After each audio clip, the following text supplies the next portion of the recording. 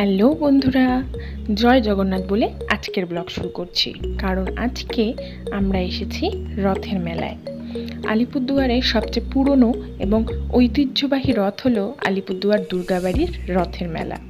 তাই আমরা তো চলেই এসেছি, সেই সঙ্গে তোমাদেরও নিয়ে এসেছি এই রথের মেলায়। ঘড়িতে বাজে এখন ঠিক সন্ধে 7টা, আর আমরা দাঁড়িয়ে আছি দুর্গাবাড়ির একেবারে সামনে।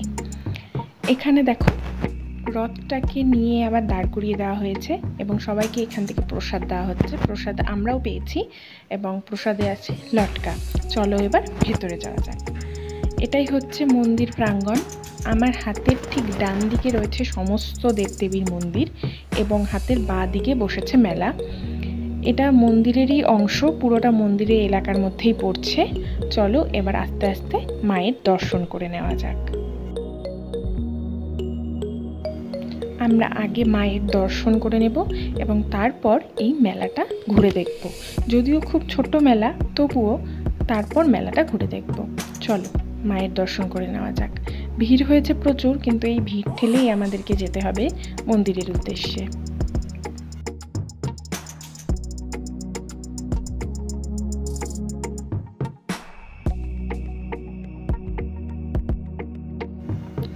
মন্দিরে ঢুকতেই প্রথমে যে মন্দিরটি পড়বে সেটি হচ্ছে মায়ের মন্দির। এই মায়ের মন্দির আমরা দর্শন করে নিই, তারপর আস্তে আস্তে অন্য মন্দিরের দিকে এগিয়ে যাব।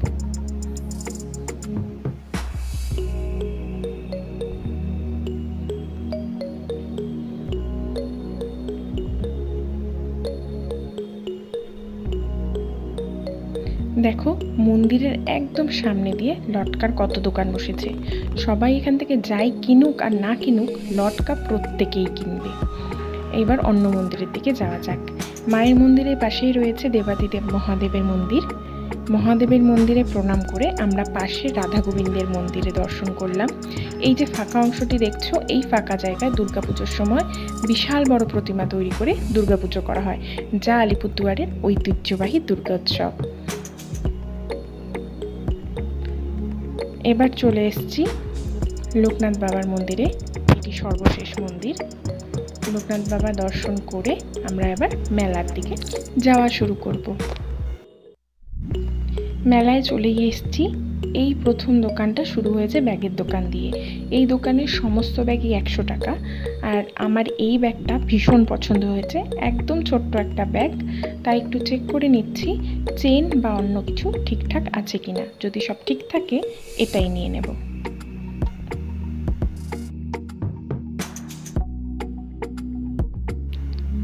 এই মেলায় প্রচুর চুড়ির দোকান বসেছে। বড়দের সাথে পাল্লা দিয়ে ছোট বাচ্চা মেয়েরাও চুড়ি পরে যাচ্ছে।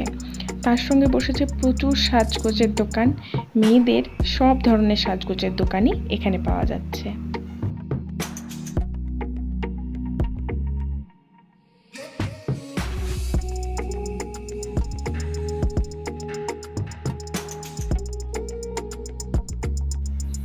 মেলা ঘুরতে ঘুরতে এই বাসনের দোকানটিতে চোখ পড়ল।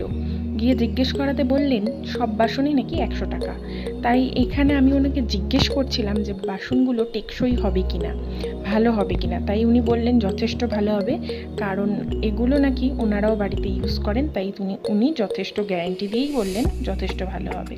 তাই ওইটা নিয়েই নিলাম। এরপরে দেখলাম আরও কিছু দোকান বসেছে, বিভিন্ন ধরনের দোকান। ফটোর দোকান থেকে শুরু করে সফট টয়েসের দোকান, অনেক কিছু দোকান রয়েছে। চলো তোমরাও দেখতে থাকো আমার সঙ্গে আর কি কি দোকান আছে।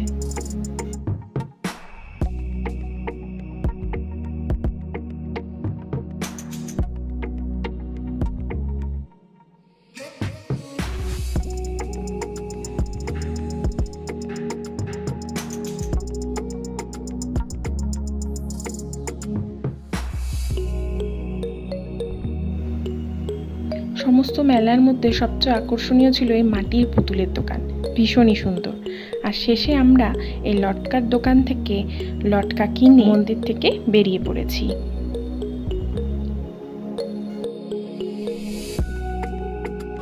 মন্দির থেকে বেরিয়েই সামনে চোখ পড়লো জিলাপির দোকানে। দেখলাম সেখানে গরম গরম জিলিপি ভাজা হচ্ছে, তাই নিয়ে নিলাম জিলিপি। রথের মেলায় এসেছি আর জিলিপি খাবো না তা তো হয় না। পাঁপড়টা যদিও বা হলো না, তবে জিলিপি দিয়েই হয়ে যাবে।